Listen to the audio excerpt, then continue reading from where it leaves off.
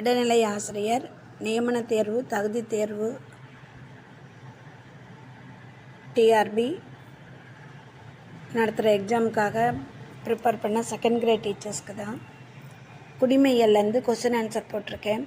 பகுதி 4, குடிமையில் பகுதி 4, கொள்குறி வகை வினாவிடைகள் புக்கில் இருந்து தான் எடுத்திருக்கோம். கண்டிப்பாக பாருங்கள், சப்ஸ்கிரைப் பண்ணுங்கள்.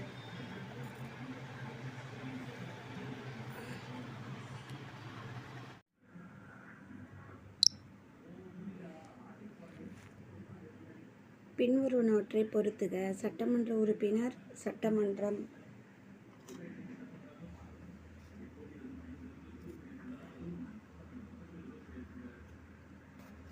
ஆளுநர், மாநிலத்தின் தலைவர். முதலமைச்சர், தலைவர். யூனியன் பிரதேசம் 7, யூனியன் பிரதேசம் 7. புனித சார்ஜ் கோட்டை, தலைமைச் செயலகம். ஊடகமும் ஜனநாயகமும். கீழ்கண்டவற்றில் அச்சு ஊடகத்தின் கீழ் வருவது எது? செய்தித்தாள். கீழ்கண்டவற்றில் ஒலிபரப்பு ஊடகம் என்பது வானொலி. உலகினை மக்களின் அருகாமையில் கொண்டு வந்த ஊடகம் தொலைக்காட்சி. வெகுஜன ஊடகம் என்பது A மற்றும் B இரண்டும். ஊடகம் ஏன் சுதந்திரமாக செயல்பட வேண்டும்? நடுநிலையாக தகவலை தருவதற்கு. உலகத்தினை சிறியதாகவும் மிக அருகாமையிலும் கொண்டு வந்தது ஊடகம்.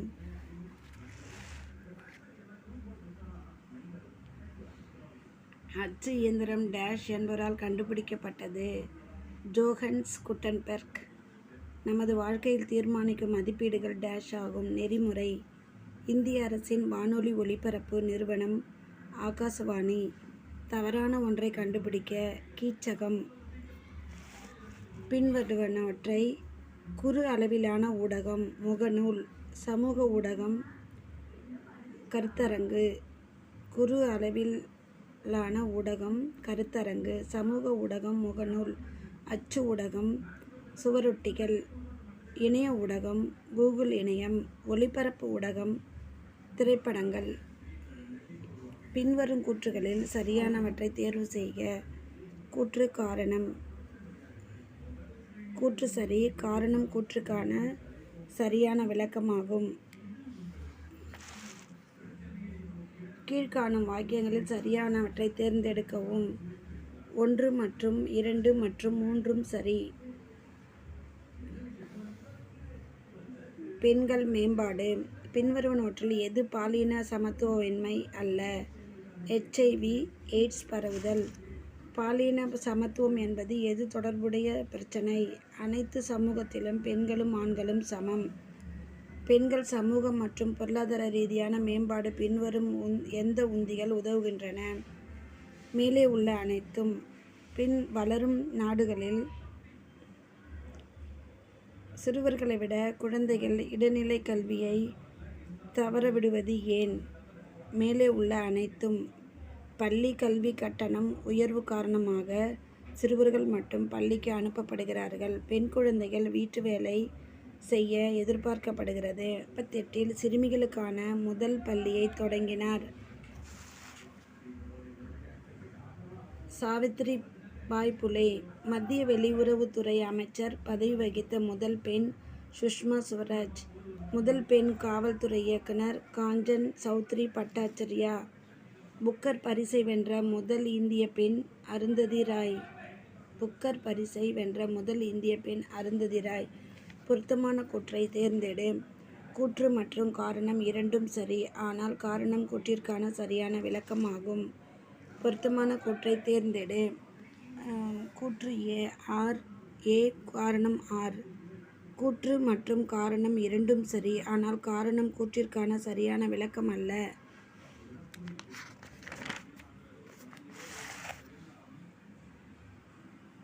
பின்வருவனவற்றை பொறுத்துக. சிரிமாவோ பண்டாரநாயக்கா, இலங்கை. வாலென்டினா தெரேஷ்கோவா, சோவியத் ஒன்றியம். ஜான்கோ தபே, ஜப்பான். சார்லட் கூப்பர், இங்கிலாந்து. சந்தை மற்றும் நுகர்வோர் பாதுகாப்பு. எந்த ஒரு சந்தர்ப்பத்தில் ஒரு நுகர்வோர் குறைபாடுள்ள தயாரிப்புக்காக உற்பத்தியாளருக்கு எதிராக புகார் செய்ய முடியாது. பொருட்களின் தொகுதி எண். உற்பத்தியாளரின் முடிவில் இருந்து நுகர்வோர் பல்வேறு சிக்கல்களை எதிர்கொள்கின்றனர். நியாயமற்ற வர்த்தக நடைமுறைகள். நுகர்வோருக்கு ஒரு பொருட்கள் தயாரிப்பு பற்றி போதுமான தகவல் வழங்கப்பட வேண்டும். பொருட்கள் வழங்குவதில் முடிவு, வாங்குவதில் முடிவு. தேசிய, மாநில மற்றும் மாவட்டங்களில் உள்ள நுகர்வோர் நீதிமன்றங்கள் அமைப்பு வணிகர்களின் நியாயமானதை வர்த்தக நடைமுறைக்கு எதிராக நுகர்வோர் குறைகளை ஆராய்ந்து என அழைக்கப்படுவது 3 அடுக்கு அமைப்பு. தரம் குறைவாக பிற வெளிப்புற பொருட்களை ஒரு உயர்ந்த தரமான பொருளுடன் வைப்பது எவ்வாறு அழைக்கப்படுகிறது? கலப்படம். 2 அல்லது அதற்கு மேற்பட்ட பொருட்கள், சேவைகள் மற்றும் தகவல்களில் ஈடுபடும் ஒரு சந்தை என்று அழைக்கிறோம். அமைப்புகள். ஒழுங்குபடுத்தப்பட்ட சந்தைகளின் பொருத்தமான அதிகாரிகளில் சில மேற்பார்வை உள்ளது. அரசாங்க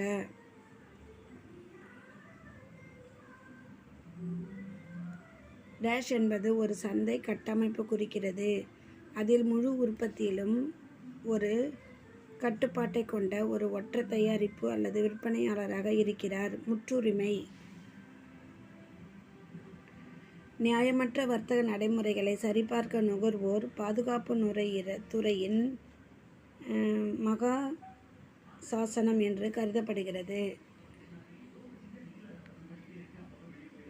நுகர்வோர் பாதுகாப்பு சட்டம். பின்வரும் கூற்றுகளில் சரியானதை தேர்வு செய்க. கூற்று மற்றும் காரணம் இரண்டும் சரி, ஆனால் காரணம் கூற்றிற்கான சரியான விளக்கம் அல்ல. பின்வருவனவற்றை பொருத்துக. நுகர்வோர் உற்பத்தி சட்டம்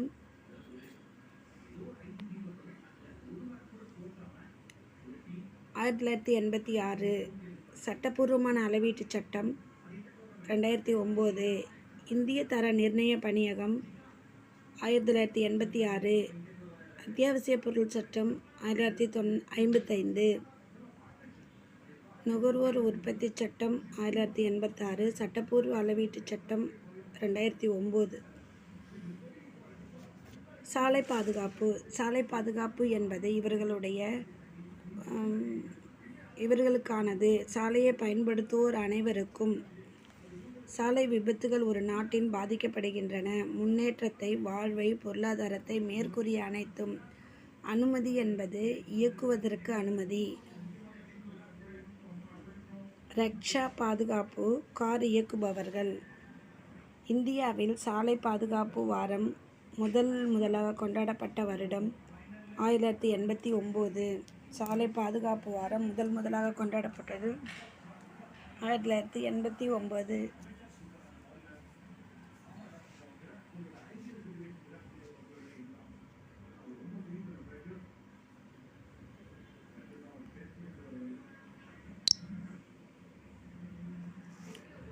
போக்குவரத்தில் மனிதனின் மிக பயனுள்ள கண்டுபிடிப்பு சக்கரம்.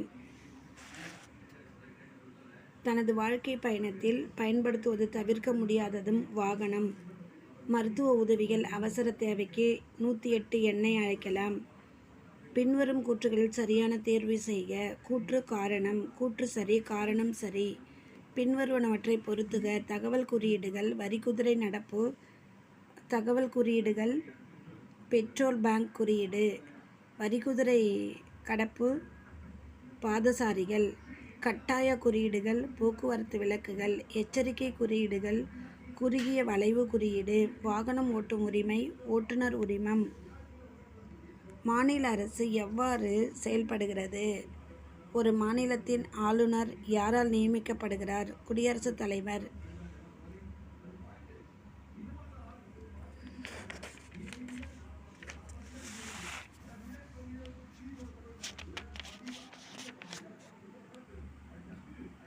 மாநில அமைச்சரவை குழுவினர் தலைவர் முதலமைச்சர். மாநில சட்டமன்ற கூட்டத்தை கூட்டவும் ஒத்திவைக்கவும் அதிகாரம் பெற்றவர் ஆளுநர். மாநில அமைச்சரவை குழுவின் தலைவர் முதலமைச்சர். உயர்நீதிமன்றம் நீதிபதிகள் நியமிப்பதில் பங்கு பெறாதவர் யார்? முதலமைச்சர். உயர் நீதிமன்ற நீதிபதிகளை நியமிப்பில் பங்கு பெறாதவர் முதலமைச்சர். உயர் நீதிமன்ற நீதிபதிகள் ஓய்வு பெறும் வயது 62. இந்தியாவில் உள்ள மொத்த மாநிலங்களின் எண்ணிக்கை 28 ஆகும். ஆளுநரின் பதவிக்காலம் டேஷ் ஆண்டுகாலம் ஆகும். 5. மாவட்ட நீதிபதிகள் டேஷால் நியமிக்கப்படுகின்றனர். ஆளுநர். மாவட்ட நீதிபதிகள் நியமிக்கப்படுவது ஆளுநர். ஆளுநர் ஒரு மாநிலத்தின் பெயரளவு நிர்வாகி ஆவார். ஒருவர் சட்டப்பேரவை உறுப்பினராக 25 வயது நிறைவடைந்திருக்க வேண்டும். பின்வருவனவற்றை பொறுத்துக. ஆளுநர் பெயரளவு தலைவர். முதலமைச்சர் உண்மையான தலைவர். சட்டமன்ற பேரவை கீழவை. சட்டமன்ற மேலவை மேலவை.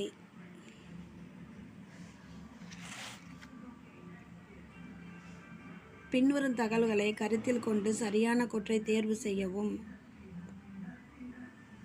1 மற்றும் 3 மற்றும் 4 சரி. குடியரசுத் தலைவர், ராஜ்யசபை உறுப்பினர், சட்டமன்ற மேலவை உறுப்பினர். குடிமக்களும் குடியுரிமைகளும். கீழ்கண்டவைகளில் எந்த ஒன்று இந்த குடியுரிமை பெறும் வழிமுறை அல்ல? சொத்துரிமை பெறுவதன் மூலம்.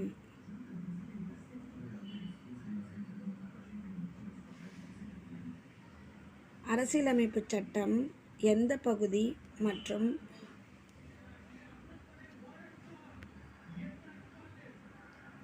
சட்டத்தில் எந்த பகுதி மற்றும் பிரிவுகள் குடியுரிமை பற்றி குறிப்பிடப்படுகிறது? பகுதி 2 பிரிவு 5(11). இந்தியாவின் முதல் குடிமகன் யார்? குடியரசுத் தலைவர். ஒரு நாட்டின் டேஷ் அந்நாடு வழங்கும் குடியியல் மற்றும் அரசியல் உரிமைகளை பெற தகுதியுடையவர் ஆவார். குடிமகன். இந்திய அரசியலமைப்பு சட்டம் குடியுரிமையை மட்டும் வழங்குகிறது. ஒற்றை. இந்திய கடவுச்சீட்டினை பெற்று வெளிநாட்டில் வாழும் இந்திய குடிமகன் டேஷ் என அழைக்கப்படுகிறார். வெளிநாடு வாழ் இந்தியர். மக்கள் அனைவரும் உரிமைகள் மற்றும் இயற்கையாக பெற்றிருக்கின்றனர். குடிமை பொறுப்புகள். டேஷ் என்பது இளைஞனை நவீன சமுதாயத்தை வடிவமைப்பதில் பங்கேற்கச் செய்யும் ஒரு யோசனையாகும். உலகளாவிய குடியுரிமை. பின்வரும் கூற்றினை சரி செய்யவும். ஒரு இந்திய குடிமகன் குடியுரிமை கீழ்கொண்ட எதனால் முடிவுக்கு வருகிறது? 1 மற்றும் 3 சரி. 1. ஒருவர் வேறு நாட்டு குடியுரிமை பெறும்போது. 3. தவறான மோசடி வழிகளில் ஒரு குடியுரிமை பெற்றார் அவர் அரசு கருதும்போது.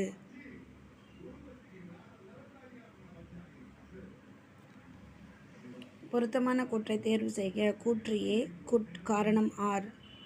காரணம் கூற்றுக்கான சரியான விளக்கம். காரணம் கூற்றுக்கான சரியான விளக்கம். சமய பிரச்சனையை புரிந்து கொள்ளுதல். சமய சார்பின்மை என்பது எந்த சமயத்தை சார்ந்த குடிமகனும் சகிப்புத்தன்மையுடன் அமைதியாக இணக்கமாக வாழ்தல். இந்தியா ஒரு டேஷ் கொண்ட நாடாகும். ஏ மற்றும் பி இரண்டும். இந்திய அரசியலமைப்பின் முகவுரை திருத்தப்பட்ட ஆண்டு 1976. பின்வருவனவற்றுள் எது இந்தியாவை சமய சார்பு நாடாக விவரிக்கிறது? அரசியலமைப்பின் முகவுரை. சமய சுதந்திர உரிமை எதனுடன் தொடர்புடையது? அடிப்படை உரிமைகள். அரசியலமைப்பின் பிரிவு 28 எந்த வகையான கல்வியை அரசு உதவி பெறும் கல்வி நிறுவனங்களில் தடை செய்துள்ளது? மைய போதனைகள். ஒரு நாடு சமய சார்பற்ற நாடாக எப்போது கருதப்படும்? அரசு உதவி பெறும் கல்வி நிறுவனங்களில் சமய போதனைகளை தடை செய்தால்.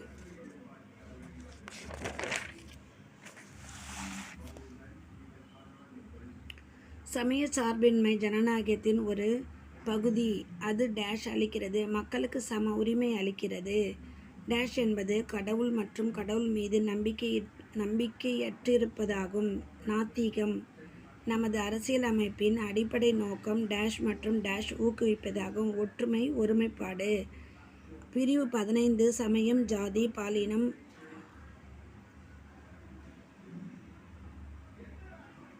பிரிவு 15 ஜாதி பாலினம் அல்லது பிறப்பிடம் ஆகியவற்றின் அடிப்படையில் பாகுபாடு காட்டுவதை தடை செய்கிறது. தவறான இணையை கண்டறிக. தீன் இலாஹி ஒரு புத்தகம்.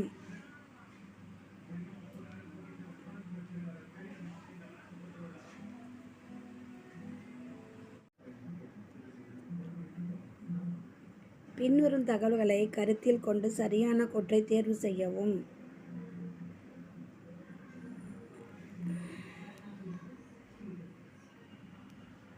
செய்யவும் 1, 2, 4 மட்டும். 1. இந்தியா போன்ற சமய பண்புகளை கொண்ட சமூகத்திற்கு சமயச்சார்பின்மை விலை மதிப்பற்ற ஒன்றாகும். 2. சமயச்சார்பற்ற என்ற சொல்லானது 1950ஆம் ஆண்டு ஏற்றுக்கொள்ளப்பட்ட நமது அரசியலமைப்பில் குறிப்பிடப்படவில்லை. 4. அக்பரின் கல்லறை ஆக்ராவிற்கு அருகிலுள்ள சிக்கந்தராவில் உள்ளது. பின்வரும் கூற்றுகளில் சரியானவற்றை தேர்வு செய்க. கூற்று காரணம். கூற்று காரணம் இரண்டும் சரி. காரணம் கூற்றை விளக்குகிறது. பின்வரும் கூற்றுகளில் சரியான தேர்வு செய்க. கூற்று சரி. காரணம் கூற்றை விளக்குகிறது. பின்வருவனவற்றை பொறுத்துக. நாத்திகம் கடவுள் நம்பிக்கையற்றிருப்பது. குழந்தைகள் வருங்கால குடிமக்கள். தீன் இலாஜி தெய்வீக நம்பிக்கை. அரசியல் அமைப்பு 1950. ஹோல்போக் சமூக சீர்திருத்தவாதி. ராஜாராம் மோகன் ராய் சமூக சீர்திருத்தவாதி. செக்குலரிசம் என்ற புத்தகத்தை உருவாக்கியவர். ஹோல்யோக் செக்குலரிசம் என்ற புத்தகத்தை உருவாக்கியவர். மனித உரிமைகளும் ஐக்கிய நாடு சபையும். இரண்டாம் உலகப் போருக்கு பின்னர் மனித உரிமைகளை பாதுகாக்க நடவடிக்கைகள் எடுத்துள்ளது ஐநா சபை. 1995ஆம் ஆண்டில் உலகம் முழுவதும் இருந்து பெண்கள் டாஷில் கூடினர். பெய்ஜிங். தேசிய மனித உரிமைகள் ஆணையம் நிறுவப்பட்ட ஆண்டு 1993. தேசிய மனித உரிமைகள் ஆணையம் 1993. 1995ஆம் ஆண்டில் உலகம் முழுவதும் இருந்து பெண்கள் டாஷில் கூடினர். பெய்ஜிங். ஐநா சபை 1979ஆம் ஆண்டை சர்வதேச ஆண்டாக அறிவித்துள்ளது. பெண்கள். உலக மனித உரிமைகள் தினமாக அனுசரிக்கப்படும் நாள் எது? டிசம்பர் 10. உலக மனித உரிமைகள் தினம் டிசம்பர் 10. மனித உரிமைகள் நவீன சர்வதேச மகாசாசனம் என அழைக்கப்படுவது எது? மனித உரிமைகளும் உலகளாவிய அறிவிப்பு UDHRC. தேசிய மனித உரிமைகள் ஆணையத்தின் தலைவராக நியமிக்கப்படுவர் யார்? குடியரசுத் தலைவரால் நியமிக்கப்படும் ஏதேனும் ஒருவர். உலக மனித உரிமைகள் அறிவிப்பில் உள்ள சட்டப்பிரிவுகள் எண்ணிக்கை யாவை? 30. தேசிய மனித உரிமைகள் ஆணைய தலைவரின் பதவிக்காலம் என்ன? 5 ஆண்டுகள் அல்லது 70 வயது. தேசிய மனித உரிமைகள் ஆணைய தலைமையகம் அமைந்துள்ள இடம் எது? புதுடெல்லி. ஒவ்வொரு தனி மனித உரிமைகள் என்பது அடிப்படை உரிமைகள். மாநில மனித உரிமைகள் ஆணையம் அமைக்கப்பட்ட ஆண்டு 1997. ஏப்ரல் 17, 1997. இந்திய அரசியலமைப்பு 24வது சட்டப்பிரிவை தடை செய்கிறது. குழந்தை தொழிலாளர். ஐக்கிய நாடுகள் சபை நிறுவப்பட்ட ஆண்டு 1945. தவறான கூற்றை தேர்ந்தெடு. தேசிய மனித உரிமைகள் ஆணையம் அரசியலமைப்பு சார்ந்த அமைப்பாகும். தவறான கூற்று. தேசிய மனித உரிமைகள் ஆணையம் ஒரு அரசியலமைப்பு சார்ந்த அமைப்பாகும்.